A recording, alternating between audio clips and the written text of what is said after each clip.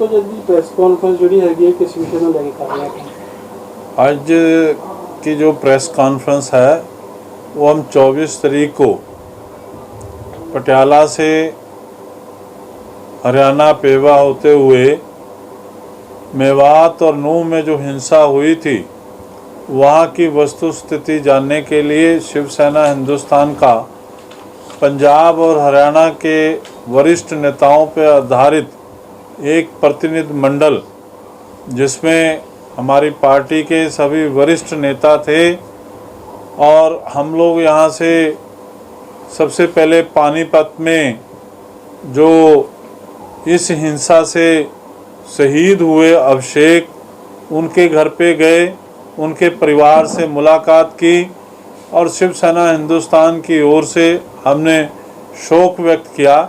परिवार ने हमें बताया कि ये घटना घटित हुए इतने दिन हो गए, लेकिन हरियाणा सरकार के मुख्यमंत्री, वहाँ के गृह मंत्री या वहाँ की सरकार का कोई भी प्रतिनिधि, एक वहाँ के स्थानीय विधायक को छोड़कर कोई भी उनके घर शोक व्यक्त करने नहीं आया।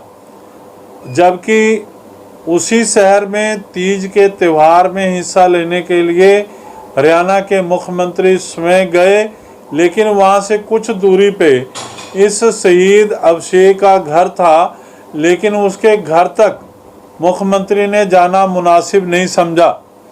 और सबसे बड़े दुख की बात है कि साधारण तौर पे भी कोई दुर्घटना हो जाए तो सरकार मुआवजा देने की बात करती है, मुआवजा देती भी है, लेकिन नूंह में, मेवात में इतनी बड़ी हिंसा के शिकार हुए अभिषेक, जिसको गोली लगी, बाद में जिहादियों ने, जो हमें फिल्म दिखाई गई, फोटो दिखाई गई, उसका गला रेता हुआ था, उसकी हत्या के बाद भी मुख्यमंत्री ने, हरियाणा सरकार ने किसी प्रकार का मुआवजा नहीं दिया, 1 रुपए का मुआवजा अभी तक नहीं दिया, जो बहुत शर्मनाक है।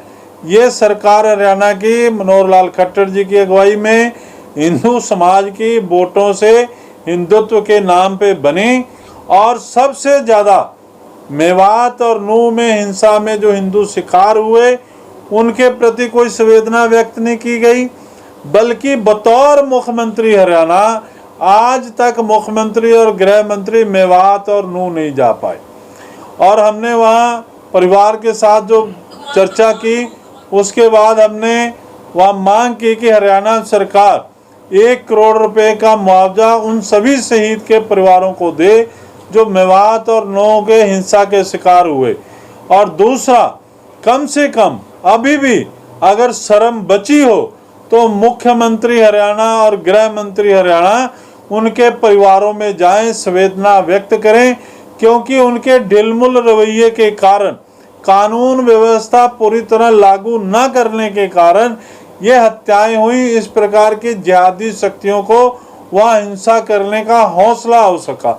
उसके बाद शिवसेना हिंदुस्तान का पूरा काफिला मेवात और नूंह में पहुंचा। जैसे हम नूंह के बॉर्डर पे पहुंचे, नाकाबंदी की हुई थी हरियाणा पुलिस ने, वहाँ डीएसपी नूंह की अगुवाई में हमें रोका गया, बताया गया कि दफ़ा 144 लगी है। हमने उन्हें कहा कि हम दफ़ा 144 के आपके कानून का हम आदर करते हैं, हम चाहते हैं कि आप 23 दिन से यहाँ हालात सामान्य करने के लिए सभी तरह की फोर्स लगा के बैठे हो, तो हमारे प्रतिनिधि मंडल से 4 सदस्यों को आप उस मंदिर में जाने की इजाज़त दो। बेशक आपके अधिकारी और पुलिस साथ चले जाएं, डीसी मेवात से मुलाकात कराई जाए, ताकि जो वस्तु स्थिति है उसे जानने के बाद हम अपनी बात डीसी मेवात से कर सकें।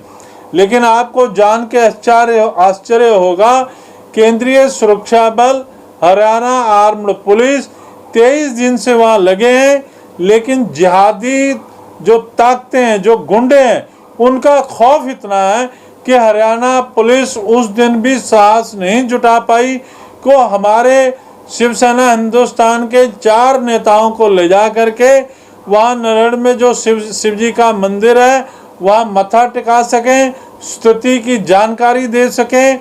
डीसी मेवात और एसपी मेवात से मुलाकात कराएं ताकि हिंदू समाज की जो भावनाएं हम उन तक रख सकें। पूरी तरह हरियाणा के इस क्षेत्र में कानून व्यवस्था टोटली फेल है। आपको ये जान करके हैरानगी होगी कि इतनी बड़ी घटना के बाद भी हरियाणा के मुख्यमंत्री और गृह मंत्री वहां नहीं गए। हमने अखबारों में पढ़ा कि G20 कराने की नूह में तैयारी की जा रही है। वहां डीसी ने दोबारा से नेट पे पाबंदी लगा दी। कल परसों हमने ये खबर भी पढ़ी कि नेट पे पाबंदी लगा दी। एक छोटे से इलाके में वहां के स्थानीय जो पाकिस्तान से प्रेरित गुंडे हैं, जो मुस्लिम जिहादी ताकतें हैं, उनको कंट्रोल करने में हरियाणा सरकार टोटली फेल हो गई।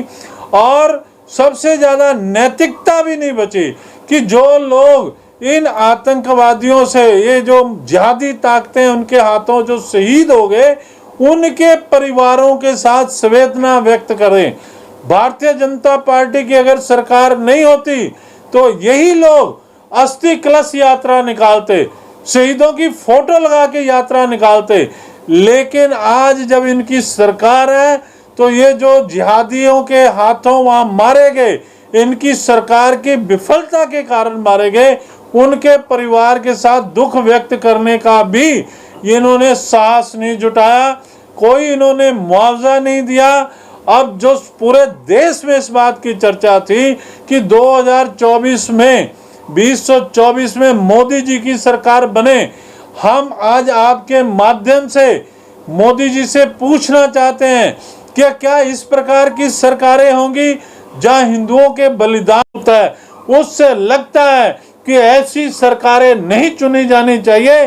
सरकार वो हो जिस प्रकार से आपने अमृतपाल के खिलाफ कार्रवाई की थी, उसी निडरता, उसी ताकत, उसी साहस के साथ मेवात और नूह के हिंसा के दोषियों के साथ कार्रवाई होनी चाहिए।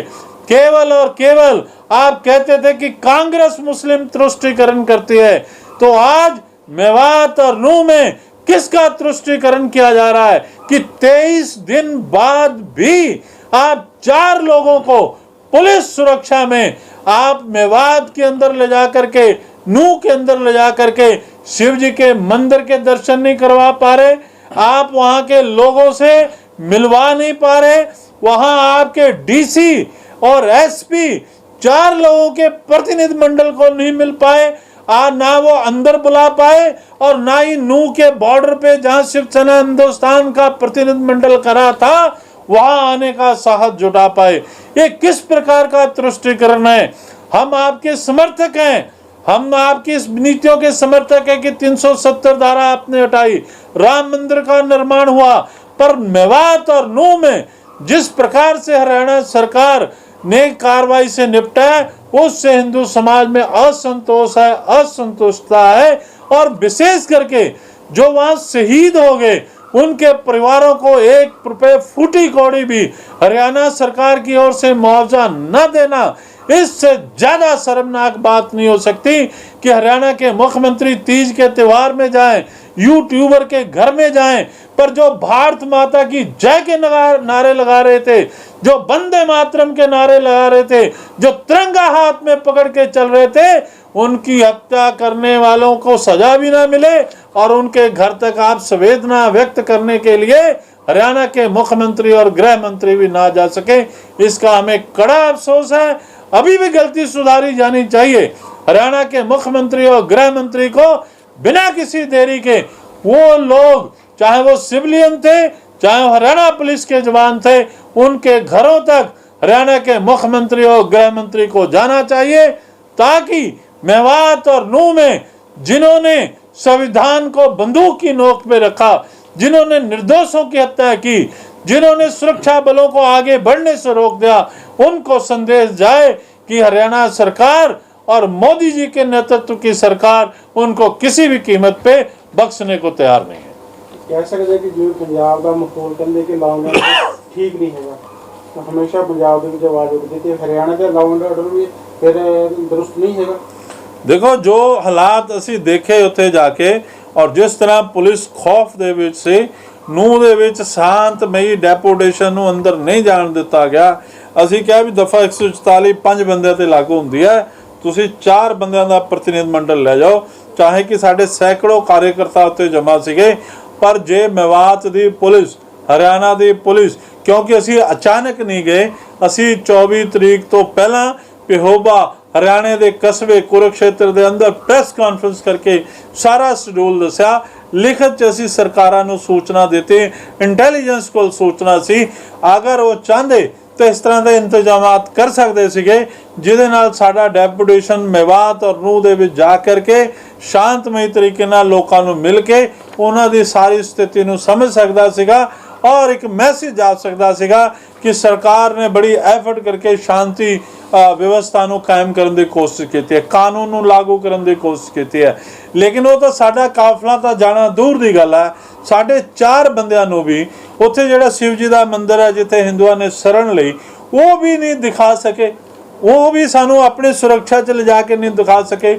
ਉੱਥੇ ਦੇ DC, ਉੱਥੇ ਦੇ SP ਸਾਡੇ ਨਾਲ ਮੁਲਾਕਾਤ ਕਰਨ ਲਈ ਤਿਆਰ ਨਹੀਂ ਹੋਏ। ਕਿਆ ਅਸੀਂ ਵਿਦੇਸ਼ੀ ਸੀਗੇ, ਇਸ ਦੇਸ਼ ਦੇ ਨਿਵਾਸੀ ਨਹੀਂ ਸੀਗੇ? ਇਹਦਾ ਮਤਲਬ ਹਰਿਆਣਾ ਸਰਕਾਰ मेवात और ਨੂਹ ਦੇ ਵਿੱਚ ਕੁਝ ਛਿਪਾਉਣਾ ਚਾਹ ਰਹੀ ਸੀਗੀ, ਜਿਸ ਦੇ ਕਰਕੇ ਉਹ ਸਾਨੂੰ ਪ੍ਰਵੇਸ਼ ਨਹੀਂ ਦੇ ਰਹੀ ਸੀਗੀ। ਅਗਰ ਉੱਥੇ ਛਿਪਾਉਣ ਨੂੰ ਕੁਝ ਨਹੀਂ ਸੀਗਾ ਤੇ 4 ਬੰਦਿਆਂ ਦੇ ਨਾਲ ਉੱਥੇ ਕਾਨੂੰਨ ਵਿਵਸਥਾ ਨਹੀਂ ਵਿਗੜ ਸਕਦੀ ਸੀਗੀ। 4 ਬੰਦਿਆਂ ਨੂੰ ਪੁਲਿਸ ਆਪਣੀ ਸੁਰੱਖਿਆ ਦੇ ਅੰਦਰ ਲਿਜਾ ਕਰਕੇ ਮੱਥਾ ਵੀ ਟਿਕਾ ਸਕਦੀ ਸੀ, ਉੱਥੇ ਦੀ ਸੜਕਾਂ ਦੇ ਘੁਮਾ ਫਿਰਾ ਕੇ ਸਥਿਤੀ ਦਿਖਾ ਸਕਦੀ ਸੀ।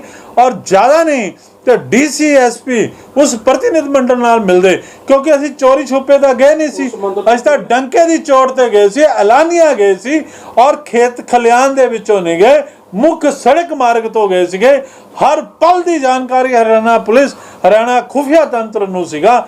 ਤਾਂ ਐਸਾ ਕਿਆ ਕਾਰਨ ਸੀਗਾ ਕਿ शिव सेना हिंदुस्तान ਦੇ ਪ੍ਰਤੀਨਿਧ ਮੰਡਲ ਨੂੰ ਉਹਨਾਂ ਨੇ ਨੂਹ ਔਰ ਮੇਵਾਤ ਦੇ ਅੰਦਰ ਨਹੀਂ ਲਿਜਾ ਸਕੇ? ਸਾਡਾ ਕਾਫਲਾ ਨਹੀਂ ਲੈ ਜਾਂਦੇ ਤਾਂ ਅਸੀਂ ਸਮਝ ਸਕਦੇ ਸੀਗੇ ਕਿ ਭਗਵਾ ਝੰਡੇ ਦੇ ਕੇ ਕੋਈ ਰਿਐਕਸ਼ਨ ਨਾ ਹੋ ਜਾਏ। ਲੇਕਿਨ 4 ਬੰਦਿਆਂ ਨੂੰ ਵੀ ਅਗਰ ਪ੍ਰਵੇਸ਼ ਨਹੀਂ ਕਰਨ ਦੀ ਇਜਾਜ਼ਤ ਦਿੱਤੀ ਗਈ, ਇਹਦਾ ਮਤਲਬ कि क्या मेवात और ਨੂਹ 'ਚ ਇਹ ਜਿਹਾਦੀ ਤਾਕਤਾਂ ਦਾ ਗੁੰਡਾ ਰਾਜ ਚਲੇਗਾ। ਔਰ ਜਿਹੜੇ ਦੇਸ਼ ਦੇ ਸੰਵਿਧਾਨ ਤੇ ਵਿਸ਼ਵਾਸ ਰੱਖਦੇ, ਜੋ ਦੇਸ਼ ਦੇ ਤਿਰੰਗੇ ਦਾ ਸਨਮਾਨ ਕਰਦੇ, ਉਹ ਲੋਕ ਉੱਥੇ ਨਹੀਂ ਜਾ ਸਕਦੇ। ਇਸ ਗੱਲ 'ਚ ਕਿੰਨੀ ਕਿ ਸੱਚਾਈ ਹੈ? ਜਿਵੇਂ ਦਾਅਵਾ ਕੀਤਾ ਜਾ ਰਿਹਾ ਸੀ ਜਿਹਾਦੀ ਜਾਂ ਗੁੰਡਾ ਤੱਤਵ ਜਿਹੜੇ ਉਹਨਾਂ ਦੇ ਮਕਾਨ ਢਾਏ ਜਾ ਰਹੇ ਸੀ। ਦੇਖੋ, ਕਿਉਂਕਿ ਅਸੀਂ ਅੰਦਰ ਗਏ ਨਹੀਂ, ਸਾਨੂੰ ਜਾਣਕਾਰੀ ਨਹੀਂ। ਲੇਕਿਨ ਮੈਂ ਤੁਹਾਡੇ ਨਾਲ ਇੱਕ ਹੋਰ ਜਿਹੜੀ ਗੱਲ ਸਾਂਝੀ ਕਰਨਾ ਚਾਹੁੰਦਾ ਕਿ ਸਾਨੂੰ ਉੱਥੇ ਦਾ ਇੱਕ ਸਥਾਨੀ ਯੁਵਕ ਮਿਲਿਆ ਜਿਹਦਾ ਨਾਮ ਰਾਣਾ ਕਰਕੇ ਸੀਗਾ ਕੁਛ। ਉਹ ਕਹਿ ਰਿਹਾ ਸੀ ਕਿ ਮੇਰਾ ਪੇਜ ਨਿਸ਼ਾਂਤ ਰਾਣਾ ਕਰਕੇ ਬਣਿਆ ਹੋਇਆ। ਉਹ ਦੱਸ ਰਿਹਾ ਸੀ ਕੁਝ ਦਿਨ ਪਹਿਲਾਂ ਕੁਝ ਜਵਾਨ ਨੂਹ ਦੇ ਹੀ ਮੇਵਾਤ ਦੇ ਲਦਾਖ ਦੇ ਵਿੱਚ ਮਾਰੇ ਗਏ ਔਰ ਉਹਨਾਂ ਦੀ ਬੋਡੀ ਆਈ ਤਿਰੰਗੇ ਦੇ ਵਿੱਚ ਲਪੇਟ ਕੇ।